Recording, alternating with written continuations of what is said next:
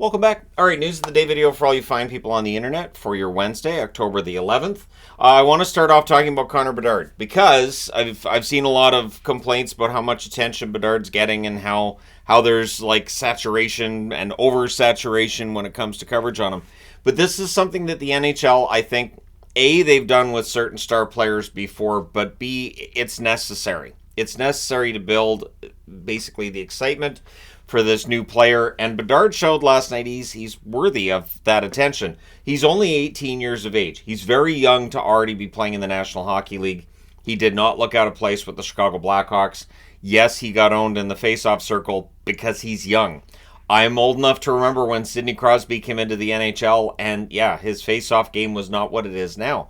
This is standard that usually young players will have a harder time on faceoffs. It's not necessarily a big deal. One thing with Bedard, he's very good at stealing the puck. He's good defensively, and I think he's worthy of the hype. I understand the frustration, people feeling like it's over-reported on and there's too many people talking about him, but it is not every year that a special talent comes into the league like this. We've seen the saturation of news when it comes to everything Matthews, especially in Canada. I don't think it's as much in the U.S., and with Bedard, it's going to be both that in the U.S. and in Canada, so it's going to feel like it's more.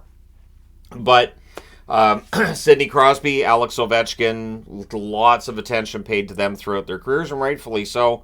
And it does feel like we're going to get another Connor to follow up Connor McDavid with Connor Bedard, who, very, very special talents and tons of potential. So, yeah, I understand the frustration with the amount of coverage he gets. But personally, I get it, and I think the National Hockey League has not done a very good job of marketing its stars in its history. It might be time to change that. So hopefully this is a sign that that's changing. It's something that definitely holds the league back. All right, so a hearing today for Brett Howden after the hit on Brandon Tanev. So we'll see what kind of suspension there's going to be. If there's a hearing, it's going to be a suspension. Howden's hit on Tanev, there was no attempt to hit the body first. It looked targeted, and so Howden's likely to be suspended. We'll see for how long. We've seen a 4-game suspension handed out to Kaliev, 2 preseason and 2 regular season. We'll see what happens with Howden and if that scale comes down or if it stays, or is the standard going to be really high this year? I kind of hope that it's higher than what it's been because there have been way too many incidents that are fines that probably should have been suspensions, 1-game suspensions that probably should have been more, etc., etc. So we will get a good idea of where Department of Player Safety is at, I think, with this suspension. If it's just 1 game, then we're probably just back to normal and business as usual. Justin Danforth. So a late bloomer, and Columbus appreciates Danforth, and I'm glad. Danforth missed most of last season with injury. So he signs a 1-year, $1.1 million extension with the Columbus Blue Jackets. Good on Danforth. I like players who come in, play bottom 6 roles. I like late bloomers. I like seeing good stories like that. And Danforth's been that, so it's nice to see he'll stay with Columbus at least through next season. Connor Garland. So the frustration for Connor Garland's been reported on here and there in the local media. But apparently now it's reached the point where Garland's agent has been given permission to talk to other teams. It is going to be tough to find a team that's going to take on the $4.95 million cap hit for Garland. Garland is a very energetic, good forward. But how much top-end skill is there?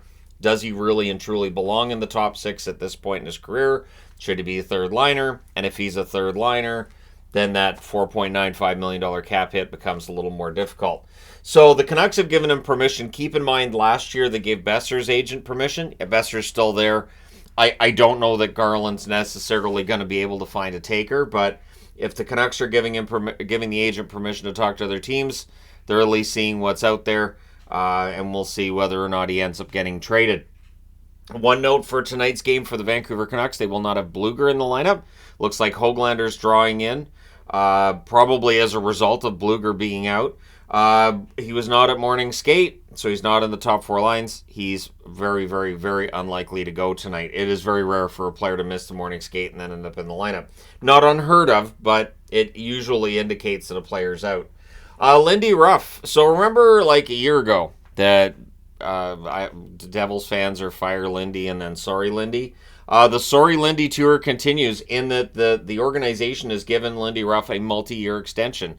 So he's in the final year of his contract. There were rumors they were going to extend him, and they have. I haven't seen how many years, multi-year. I'll say probably 3. I'll say probably a 3-year contract. But for Lindy Ruff, he's done a good job in New Jersey. I've always liked Lindy Ruff as a coach. Throughout everything, I've never been one of the ones that's piled on with Lindy Ruff. I liked him in Dallas. I was one of the few. I liked him in Dallas. I thought he was a good coach.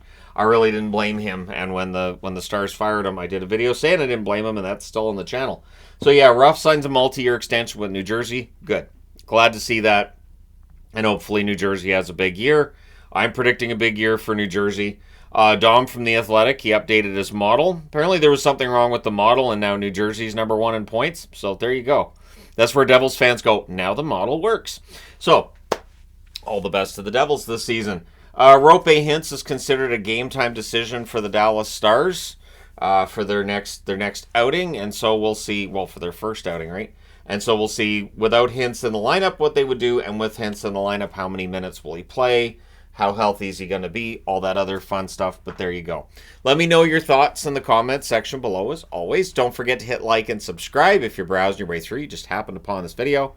Thank you guys so much for watching, for all your support. I will talk to you again soon.